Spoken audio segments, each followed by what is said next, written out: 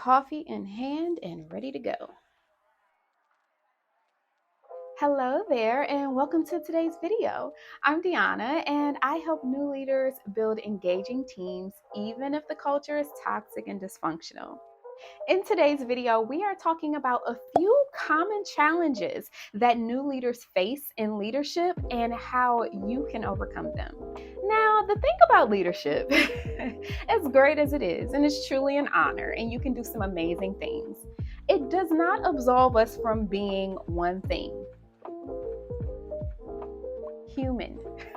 Even if you're a leader, you're still human, which means you face challenges, which means you go through hard things, and it also means you have to make some very difficult decisions. And even though that may be true, I'm of the belief that if you are, number one, aware of the fact that you are still a person, and two, committed to not trying to do everything perfect, but to be productive and growing in your leadership journey, you can overcome a lot of the difficult things that many of us tend to face. And in today's video, we're going to talk about 5 of those challenges so that you can be better equipped moving forward to not only avoid them, but to operate in a more impactful and productive way. So let's get started. But first, sip of coffee.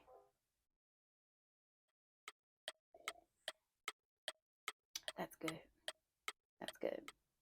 The first challenge we're going to talk about is avoiding difficult conversations. I think many of us have gone through this at some point, even in regular life. But especially when you're new to leadership and you have a new team, one of the things that you probably dread is having to have a hard conversation with someone. You don't want to seem like a bad person. You don't want to seem like you're nitpicking them or nagging them. Several different reasons why you may be avoiding the conversation. But that doesn't mean that it's not important for you to still have the conversation. So instead of focusing on the overall difficulty of the conversation and how overwhelming that might be for you, here are a few ways to help you get through it. Number one, approach the conversation by being curious, not combative, and not critical.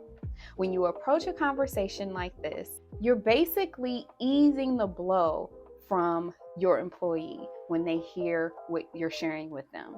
So they aren't taking what you're saying as an attack, and it also helps cushion the blow so they don't have to be defensive in responding to you. Next, be an active listener. This can be challenging. While you may already have your thoughts and ideas about what may have happened, listen. Did you hear me? Listen to what your team has to say. This makes them feel heard and that you actually care about what they're sharing with you. This can go a long way, although it seems very simple. At the end of the day, everyone wants to feel heard and they want to feel considered. So you can be proactive in having a productive conversation with your team by making sure you're listening to what they're sharing with you. And lastly, make sure that you're coming up with a resolution to the issue together. This is important. You're working with adults. You want people to feel like they have a stake in the next steps of their day-to-day work life or whatever they're going through on the job. So while you may be addressing a problem or an issue that has occurred in the workplace, you can give them a sense of ownership of what's going to happen next by coming up with a resolution together, meaning you both weigh in on what the next step should be versus you barking down to them what they need to do. The second challenge that new leaders tend to face is micromanaging. Yeah, we're going there. Now, here's the thing. I know that you genuinely just want things to be done correct. Trust me, I understand. You want to make sure that people are doing what they're supposed to do and that the work is being done correctly, right? I understand. But here's the thing about micromanaging. If we're really being honest about it, it really boils down to 2 things: fear and control. For whatever reason, leaders tend to micromanage because they have a fear of something. That could be something going wrong, fear of not meeting a deadline. Whatever the fear is, you have to figure out what that is for yourself. And you want to control. You want to control the outcome. You want to control the results. And sometimes you may want to control your team. While you may not have malicious intent and you think that you are doing a good thing by staying on top of your team and micromanaging them, you're really just enforcing the narrative that you don't think that they're capable of doing the work they were hired to do. And that definitely won't create an engaging team or a healthy culture for you. So if you find yourself struggling with micromanaging your team, here are a few ways for you to overcome it. Number one, manage expectations and not tasks. Here's the difference. When you set expectations, whether that be a due date, deadline, or whatever done looks like for your team, manage the expectation of ensuring that when the work is done, that it is the way you both have communicated and the way you've expected it to be completed. Don't manage the task, meaning that you don't have to hover over your team to see that they're actually doing the work. Trust them to do the work. Your team will feel empowered by having the autonomy to, number one, be adults, and number two, to own their work and do what they are responsible for doing and meeting your expectations. And next, make sure that you let your team know that you trust them to make the right decisions. This is huge. Everyone wants to feel trusted in a workplace and outside of one. Your team is there for a reason, and that's because you can't do all of the work yourself. So simply encourage them and empower them by letting them know and verbalizing that you trust them to make the right decisions in the work that they're doing. You trust them to execute in a way that represents the team well and aligns with the overall goals of the company or the project that you're working on. This goes a long way. It may seem like fluff or like it's not necessary for you to share, but trust me, when your team knows that you trust them, they'll do better work. And the third challenge that new leaders face is not being of service to their team. Now, when I say not being of service, I simply mean that you aren't serving and supporting your team in the best way possible in the ways that they need you to support them. So while you may speak to them every day, while you may ask them if there's a problem or try to correct certain problems that occur, those things are good. I'm not saying to stop doing those. However, I want you to go the extra step and not just asking your team if anything's wrong, but be of service to them in your leadership. And here are two very simple ways that you can do that. Number one, learn what your team needs from you, collectively and individually. And you can do this by simply asking, is there anything that you need from me that will help you do your job better? That simple question is actually a very loaded one, because once you understand what's happening with them and their experiences, you can then help by removing obstacles from their path, which is essentially what you should be doing as a leader. And next, make yourself available for your team. This means having check-in meetings. This could also mean not barricading yourself in your office because you have a lot going on. Now, don't get me wrong. I know we're leaders and we're busy and our to-do list is almost never ending sometimes. However, your people need to know that you're there for them and that you're never too busy for them.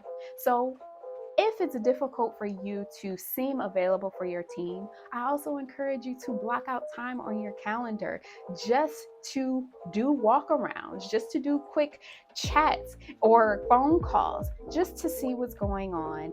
And I'm not saying do this in a way that suggests that you don't trust them or that you're spying on them, but simply just to see how they're doing. It goes a long way. The fourth common challenge that new leaders face is shifting from manager to leader, and I'll explain what that means. Being a manager and being a leader is two totally different things. Managers manage processes. Leaders lead and influence people. That's the simplest way to distinguish the difference between the two. So while you may be a manager and have direct reports, it doesn't automatically make you a leader. And if you're new to leadership, and if you're watching this video, I suspect that you already see some of the differences and some of the challenges that it takes for you to make that transition from just being a manager to now having to learn, how do I effectively lead people? Because it is different. So here are 3 things that you can do to help you make that shift a little bit easier. The first thing is to make your people a priority, not the processes. Now, I'm not saying forget about the processes and forget about the work that you have to do. Trust me, I know that we're in business and we have responsibilities. What I am saying, however, is that your people have to be your number 1 priority in order for you to be an effective leader. If you want the outcome of your team and the type of work that they produce to reflect that they care about their job, that they are committed to doing quality work, and that they're not just doing the bare minimum just to get by, and that they care about the service that they provide to your customers, you must treat them with the priority of a customer by making sure that their needs are met, because they are your first customer.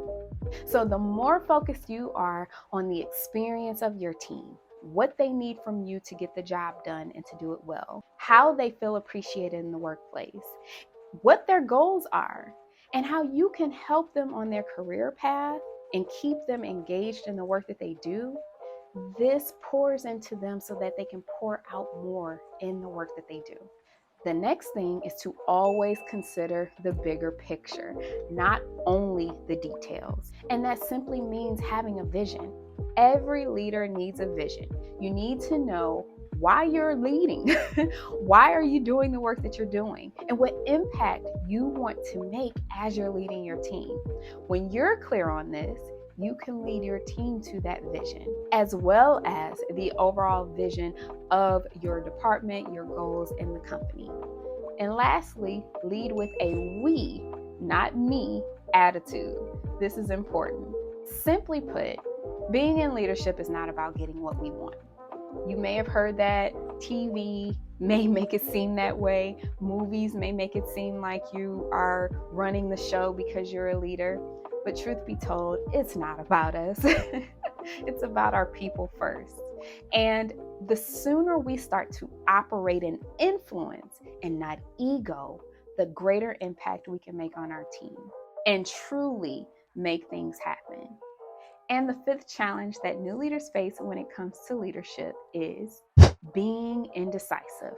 This is huge, and I definitely have had my share of experiences with this and learned the hard way in quite a few instances. I know that you don't want to make the wrong decision. None of us do, especially when we have people who report to us and we have a lot of responsibility on our plate. We want our team to shine. We want to show up. We want to deliver on what's expected of us, which is completely fair, and we should all want that. Sometimes our desire to want to be right all of the time and make the right decision can actually paralyze us from making any decision at all. So then we're stuck in this mode of indecisiveness and nothing is being done. And we're stalling. And that's not a good thing to do as a leader. So if you're struggling with being indecisive, here are a few ways to overcome that. Don't focus on making the perfect decision. Instead, focus on making a progressive one. So when I say a progressive decision, I simply mean focus on what decision is going to help you and your team move forward with attaining and reaching the vision and the goals that you have set. It's about the alignment of it all, more so than making sure you get everything right. Because truth be told, even if you do happen to make, quote unquote, the wrong decision, it doesn't mean you failed. It means you found out sooner a method that isn't going to be suitable for you and your team. And when you figure that out soon, you can quickly go back to the drawing board and make a better decision that's best aligned for you and your team. And next, make sure that you align every decision you make with your core values, what you stand for, and what your company stands for. This, to me, is the ultimate pathway to making sure that you're on the right track and being progressive. Above all else, you want to make sure that your values are honored as an individual and as a leader, and that the values of the company are honored as well. So if you ever feel stuck or just not quite sure which direction to go, simply go back to square one. And that's asking yourself, does this decision align with the best interests and the values of myself and this company? And that oftentimes leads you down the best path for you, your team, and the company. Now that we've talked about these common challenges that new leaders face, and we've gone over some simple ways that you can overcome them, I want to know, are there any other challenges that you face as a new leader? Leave them in the comments and let's have a conversation about it.